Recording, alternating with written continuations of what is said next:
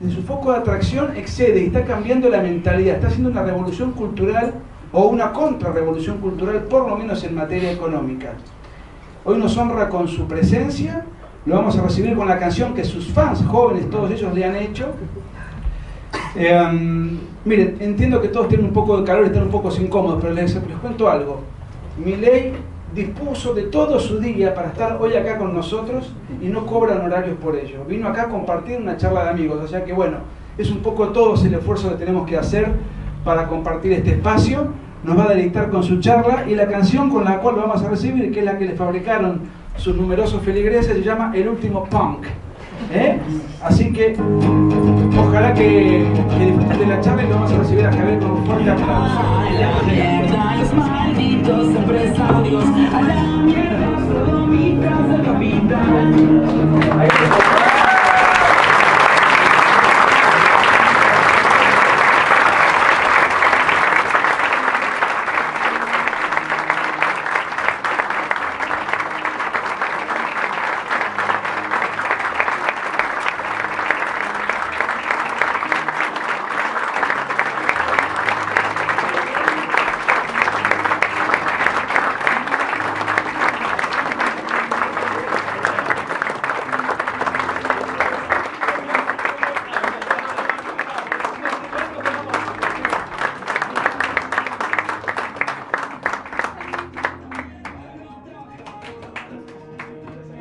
Que estamos bien, comparadas con quién, que estamos bien, comparadas con quién, que estamos bien, comparadas con quién, que estamos bien. Bueno, con los últimos acordes de... Bueno, en primer lugar deseo darle las gracias a Nicolás y a Pablo y a Patricia por haber organizado esta...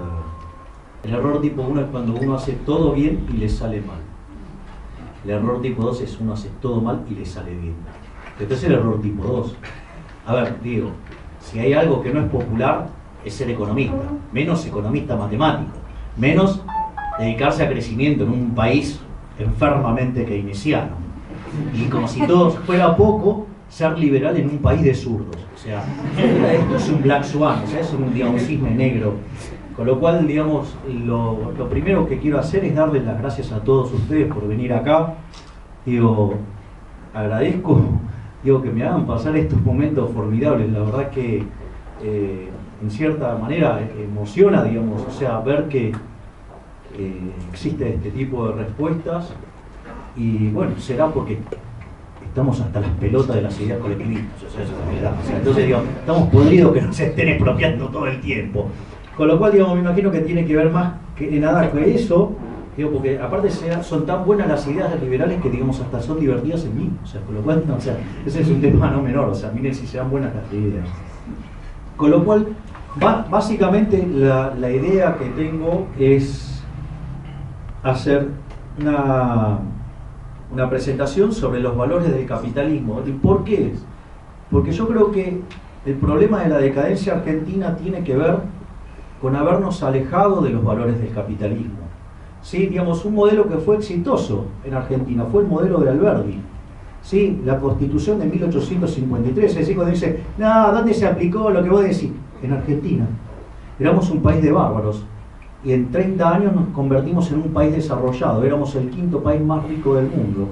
Era la auténtica tierra prometida. La gente se escapaba de Europa y podía ir a un lugar que le quedaba cerca, que era Estados Unidos. Había uno que le quedaba bastante más lejos, que era acá. Y venían acá también. O sea, éramos el segundo país que recibía inmigración. Con lo cual, o sea, lejos de esa historia que dice que no, que esto era un calvario, ¿no? Digo, esta era la tierra prometida. Entonces el punto es, ¿cómo fue que nosotros nos hemos alejado de esos valores? Porque en tanto y en cuanto nos fuimos alejando de esos valores, más decadente nos fuimos poniendo. Entonces, el punto central, y que hay que comprenderlo, hoy en términos estáticos lucimos como un país de ingresos medios, pero en términos dinámicos somos un país pobre. Si ustedes se fijan, hoy la pobreza en Argentina, al margen de que sea 29%, en los chicos de 0 a 14 años es del 45%. eso muestra que si bien en estática somos un país de ingresos medios, en términos dinámicos somos un país pobre. Es decir, cuando nosotros decimos vamos a terminar envidiando el bienestar de Somalia, no es joda, es verdad. Entonces, si no hacemos un cambio en serio, digamos, tenemos un inexorable destino de pobreza. Digo, porque aparte de lo que es el crecimiento económico, digo, la teoría económica tiene claro de que funciona. Entonces, y no se puede estar todo el tiempo viviendo de espalda a eso. Bueno, sí, y se puede vivir y ser decadente como somos nosotros. Es el quinto país más rico del mundo, somos 55 y si llega a haber una crisis vamos a ver a dónde vamos a buscar el PIB per cápita. Entonces, digamos, esta presentación que es sobre los valores del capitalismo es un fragmento, es la parte 3 de un libro mío que se llama Crecimiento, Monopolios y los Valores del Capitalismo. La verdad que me parece que es tan importante esto que, digamos, o sea, en lugar de hablar de todo eso, digamos, vamos a hablar de los valores del capitalismo. Y ustedes lo que se van a dar cuenta que justamente todo lo que nos está haciendo un país decadente es habernos alejado de los valores de la libertad. Entonces, la propuesta es, yo les voy a contar esto y después hacemos un diálogo abierto y ustedes me preguntan lo que se les da la gana, lo que lo puedo contestar lo contesto y lo que no, la vida. O sea, digo, se imaginarán que no sé de todo, o sea, sé algunas cosas. Con lo cual, entonces, el primer punto es ¿por qué, digamos, uno abraza las ideas del capitalismo? O sea, básicamente yo creo que hay 3 elementos por los cuales uno abraza las ideas del capitalismo. En mi caso, digamos, como a tantos otros economistas, lo primero que nos sorprendió fue la productividad. Es decir, la productividad que exhiben aquellos países que han abrazado el capitalismo. ¿Sí? Y eso, digamos, es lo que consta en la primera parte de la presentación, es decir, los resultados que permite alcanzar el capitalismo. Ahora, cuando uno empieza a estudiar sobre el capitalismo, o sea, empieza a encontrarse que a pesar de los logros, es fuertemente cuestionado desde un plano ético y moral. Entonces uno empieza, digamos, a meterse en el tema si verdaderamente el sistema es o no justo. Y lo más interesante es que cuando ustedes se ponen a estudiar verdaderamente sobre el sistema es justo, pero además es el único sistema que es justo. Entonces, la segunda parte de la presentación tiene que ver con la justicia en el capitalismo, es decir, por qué el sistema es justo, por qué es superior ética y moralmente respecto a cualquier solución colectivista. Y después, o sea, cuando uno está convencido de estas cosas, hay otro factor más. Es estéticamente superior el capitalismo. Ustedes piensen, digamos, la arquitectura en Estados Unidos, piensen en Nueva York, el Guggenheim, uno ve el Guggenheim y dice, no puede creer, se cae de traste. ¿Sí? ¿Y cómo eran los edificios en la Unión Soviética? Cuadrados, grises, sin ventanas, sin luz, un espanto. ¿Sí? Entonces, la realidad es que el sistema no solo que es más productivo, es el único que es justo, pero además es estéticamente superior. Digo, ¿a alguien se le ocurrió tener un Lada, un Dacia, alguno de esos autos inmundos que hacían los comunistas? Eso sí, todos tenían esa porquería, la tenían todos, ¿sí? Entonces, digo, ¿cuál es el punto? El punto es, miren lo que es la última exposición de los autos modernos, lo que es el Lada capitalista. O sea, está a la altura de un Lamborghini, está a la altura de una Ferrari, ¿sí? O de un Lotus. Entonces, digo, ¿qué es lo que hace que nosotros nos alejemos de esto? Porque en realidad esto es lo que nos está empobreciendo. Entonces, la idea de vuelta es presentar los resultados del capitalismo, demostrar que es ética y moralmente superior a cualquiera de las soluciones colectivistas, y después interactuar sobre los problemas de Argentina a la luz de esta divergencia que tenemos respecto a los valores de la libertad. Entonces, digamos, como decía Friedman, ¿no? Digo, Friedman solía volver locos a sus alumnos preguntándole, digamos, los datos de dónde venían. O sea, pero los volvía locos, es decir, los torturaba. O sea, ¿dónde consiguió el dato? ¿Cómo el dato? O sea, era siempre primero los datos. O sea, Digamos, acá no vamos a discutir el sexo de los ángeles, acá vamos a discutir datos, ¿sí? Digamos, o sea, nada de... ¿Por qué? Porque el dato mata al relato. Es decir, con el dato se acaba todo, o sea, se acaba la joda. Es decir, vos digo, sí, bueno, sí, estamos mejor. A ver, ¿qué dice el dato? Mira, el dato dice, con el kirchnerismo que estábamos bárbaros y la infame década menemista, que esto, que el otro. Sucede que en el año 98, digamos, el PBI per cápita, a plata de el 2015, cuando se fue el kirchnerismo, era $15.000. Si ustedes ajustan por la inflación americana, el PBI per cápita que tenía Argentina en el 98, hasta el 2015 le da $15.000. ¿Saben con cuánto se fue el kirchnerismo? Con 11.000. Entonces, ¿cuál era la respuesta? No, pero la distribución del ingreso ahora es más igualitaria. El coeficiente de Gini era el mismo. Si el dato mata el relato. O sea, se acabó, digamos, o sea, con lo cual no hay mejor antídoto contra el surderío que el dato. Es decir, ¿por qué? Porque el dato los condena. Es decir, no pueden resistir el dato. Entonces, obviamente, primero los datos. Fíjense esto. Cuando ustedes miran, este es un gráfico que se suele usar regularmente, que muestra que a mayor nivel de libertad económica, ¿sí?, el PBI per cápita es más alto. Es decir, aquellos países que son más libres, ¿sí?, son más ricos, viven mejor. Es decir, el verso colectivista, me queda claro que a la gente no le sirve, le servirá a otros, pero no a la gente.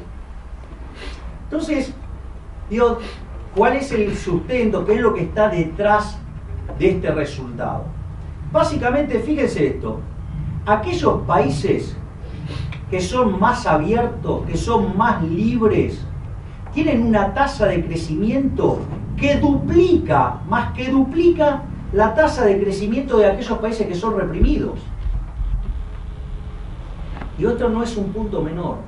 Es decir, siempre va a aparecer el pelotudo que diga, no, bueno, pero en Europa tienen estado de bienestar y están fenómenos, y tienen la carga tributaria. ¿Alguien se puso a mirar la tasa de crecimiento de los países europeos? ¿No? Porque digo, para que se den una idea, digamos, de algunos efectos, ¿no? Vieron que hay algunos gansos que dicen, no, hay que generar inflación para crecer, ¿no? Digo yo, para que tengan una idea de los órdenes de magnitudes, ¿no? Entonces dicen, bueno, mira, el Banco Central, digamos que acá fue un desastre, digo, pero fíjate esto, cuando la tasa de inflación está por encima del 20% respecto a los que tienen menos del 5%, ¿sí?, es una diferencia de crecimiento de 1,58% por año. Quizás no parece un número muy alto, pero en 80 años de Banco Central eso implicó que si no hubiéramos tenido esa inmundicia de papelera, porque la verdad que más que, digamos, o sea, yo creo que, por ejemplo, digamos, los tipos que quieren hacer esto creen que deben aumentar la producción industrial desde la producción de papel, ¿no? Entonces, nada, le quitamos 3,0 a la moneda, generamos 2 hiperinflaciones aún sin tener una guerra, destrozamos 5 signos monetarios. Entonces, ¿y cuánto es eso? ¿Cuánto nos costó estos 80 años de un banco central que fue una papelera? Con un lapso de 10 que no lo fue, ¿no? Que fue la convertibilidad, es cuando le sacamos la navaja al mono. ¿Saben cuánto costó? Si hubiéramos tenido una inflación razonable, hoy tendríamos un PBI per cápita 3,6 veces más grande. Es decir, que seríamos más o menos parecidos a Estados Unidos. Entonces el motivo es, ¿por qué, digamos, le dimos tanta rosca a la maquinita? Y no es porque sí, es para financiar el déficit fiscal. Es decir, porque gastamos más de lo que ingresa, sistemáticamente. Entonces, digo, ya empezamos a ver de dónde viene, digamos, la cuestión. Entonces, fíjense que hay casi 2 puntos de diferencia de crecimiento. O sea, con lo cual es un número enorme. Es un número enorme. Pero esto no es todo. Obviamente, ¿en qué se va a manifestar? En que en aquellos países que son más libres, el PBI per cápita es 8 veces más grande. Es decir, aquellos países que son más libres, que abrazan las ideas de la libertad, ¿sí?, donde el máximo enemigo de la libertad es el Estado, porque nuestro mayor enemigo es el Estado. Por eso a mí me pone loco cuando dice, no, el Estado en tu barrio. Es como que me digas, el pedófilo en el jardín de infancia. O sea, digo, decime dónde está porque me mudo lo más lejos posible. Entonces, pero yo quiero que tomen nota de esto. Vean que, entonces, aquellos países que son libres son 8 veces más ricos, ¿sí?, que aquellos que son reprimidos. Pero tomen nota de ese número que está ahí abajo, 5.471. Tomen nota de ese número porque eso es muy importante. En alguna parte de la presentación vamos a hablar sobre la distribución del ingreso. La distribución del ingreso lleva un formato que se suele llamar chi cuadrado, o también lo pueden aproximar con una log normal, que quiere decir que es una distribución donde la moda, que es aquel valor que más se repite en la serie, está debajo de la media. ¿Sí? Es decir, vieron que la normal es una forma de campana y la media coincide con la moda. Bueno, acá está a la izquierda. ¿Sí? Entonces, y eso lo descubrió Pareto, y eso se da en todos los países del mundo. Todos los países tienen esa forma de la distribución del ingreso. Entonces, ¿qué quiere decir eso? Que detrás del ingreso promedio vive el 75% de las personas del país. ¿Está claro? Digo, dato muy importante. Vean esto. Aquellos que viven en el decil más bajo, es decir, los más vulnerables de una sociedad, o sea, lo que sería el decil 10, en los países libres son 11 veces más ricos que lo que son en los países reprimidos. ¿Sí? Con lo cual, digamos, tampoco es cierto que en aquellos países que son libres la distribución del ingreso es peor.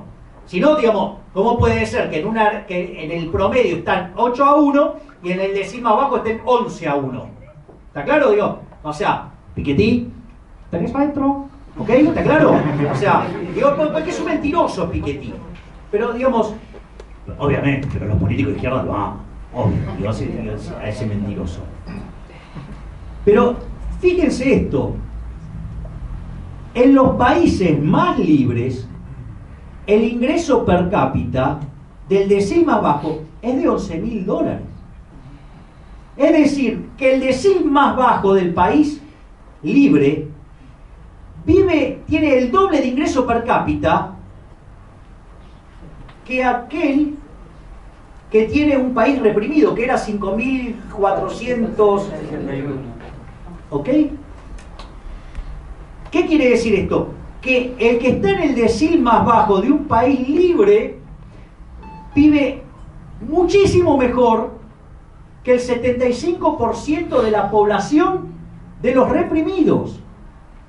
No por nada, digamos, o sea, la gente se arriesgaba a los tiburones, a cualquier cosa, con tal de irse de la isla a cárcel para irse a Estados Unidos.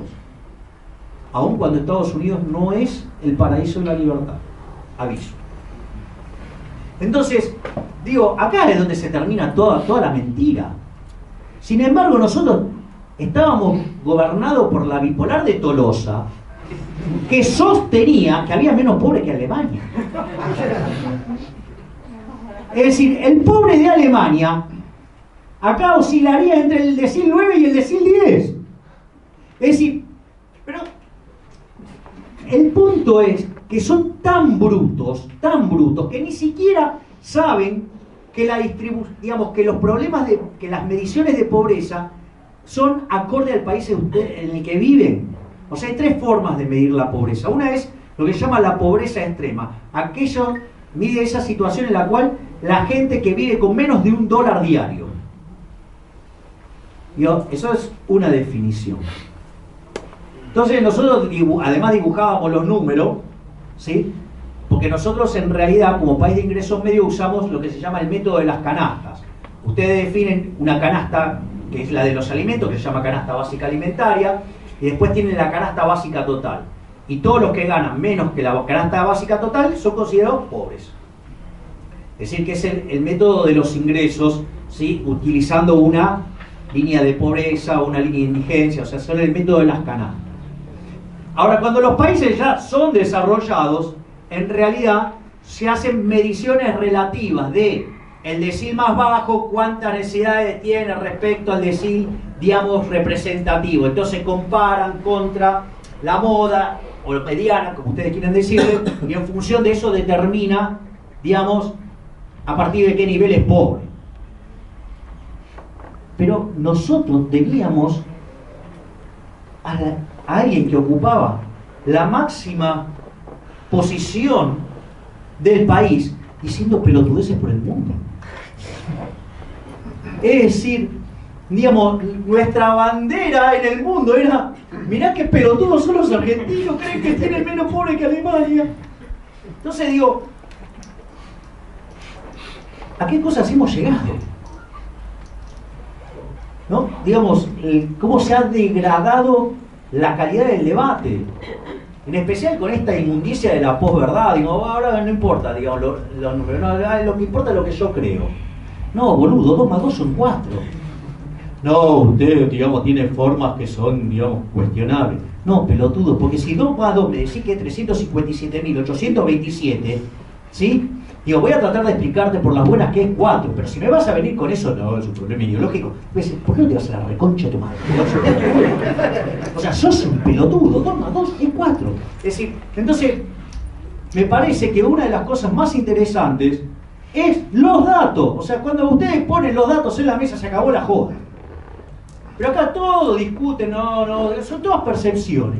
O sea, yo, digamos, el otro día, o sea, no sé, estaba mirando Intratable y había una feminista diciendo unas cosas, o sea, nada tenía que ver con la evidencia empírica. Decía, no, porque en realidad esto era todo al revés, o sea, todos los datos estaban todos mal. O sea, pero ¿aportó el dato? No, ninguno, hablaba como si tuvieran esos datos, pero no, los datos en realidad dicen exactamente lo opuesto.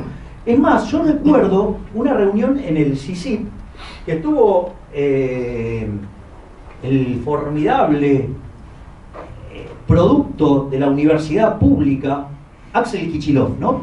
Digamos, o sea, medalla de oro, digamos, no sé cuánto de promedio, digamos, el alumno estrella de la Universidad de Buenos Aires, que pagamos nosotros con nuestros impuestos, ¿no? Digo, qué interesante.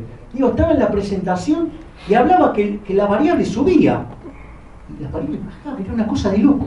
O sea, digo, yo, digamos, nunca vi un espectáculo tan dantesco como eso. Salvo en un libro de Eduardo Levi Yeyati, otro colectivista repugnante, digamos, nada más que digamos, o sea, tiene otras formas, o sea. El partidario, es más, este es partidario de Levi Yeyati, es partidario del ingreso mínimo universal. Cuando le dijeron, che, pero en Suiza votaron y dijeron que no, el 80% de la gente, dijo, están equivocados. Yo le puedo asegurar que si Hayek lo hubiera conocido a Levi Yeyati, la fatal arrogancia no tenía un tomo, tenía 5. O sea, donde 4 se los dedicaba a Levi Yeyati. Porque aparte no hay falacia que no deje de por decir. Digo, la falacia erudita, las tiene todas. La falacia de lo que no se ve. Digo, yo creo que Bastiat también se hacía un festival con. Pero bueno. Ahora, no solo eso. Fíjense, en los países libres, la pobreza es 24 veces menor. Muchachos, digo, ¿a quién esté beneficiando tener estos sistemas con tanta presencia del Estado? Digo, 24 veces menos de pobreza. Es decir, no porque la libertad empobrece. Digo, ¿cómo empobrece? Digo, si los que son más reprimidos tienen mayor cantidad de pobres. Es decir, los datos hablan por sí mismos. Entonces, pero como si esto fuera poco, miren esto es impresionante. Cuando arrancó el capitalismo, el 95% de la población del mundo vivía por debajo de la línea de pobreza extrema, con menos de $1 diario. Es decir, ¿cómo puede ser que con 200 años de capitalismo la pobreza extrema haya caído a menos del 5% y todavía se cuestiona el capitalismo. Es decir, o cuando nunca escucharon, digamos, esos pelotudos que dicen, no, porque acá lo que hay que discutir es la pobreza. No, boludo, no hay que discutir la pobreza. La pobreza es la condición natural del hombre. Es decir, durante casi toda la existencia de la humanidad se vivió bajo la extrema pobreza. Entonces, digamos, lo que hay que explicar es la generación de riqueza. Y lo único que explica la generación de riqueza es el capitalismo. Por eso, digamos, al margen de los problemas con la teoría del valor, digo, para mí, Adam Smith es el más grande economista de la historia. ¿Por qué? Porque el flaco la vio en 1776, publicó la investigación sobre la naturaleza y las causas de la riqueza de las naciones, pero tardó 10 años en escribirlo. O sea que ya la había visto antes. Es decir, ¿y qué es lo que explica Adam Smith? Adam Smith explica el crecimiento. O sea, es, digamos, Adam Smith es a la economía lo que Gauss a la matemática. Es un tipo que escribió 200 años adelantado. O sea, un iluminado. Y bueno, obviamente se imaginarán que nombrar a Adam Smith es casi tan mala palabra como nombrar a Friedman. Y no es mala palabra nombrar a von Hayek o a von Mises, porque seguramente si ustedes le preguntan a alguien de una universidad pública, van a creer que es el 9 y el 10 de Holanda.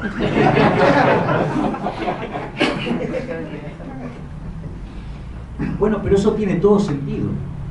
Es decir, tiene sentido que, digamos, el liberalismo sea la idea más perseguida por los políticos, sea el sistema más estigmatizado, porque los deja en evidencia. Los deja en evidencia. Es decir, la sociedad se divide en dos. Lo dice Oppenheimer: en los que crean riqueza y los que parasitan la riqueza.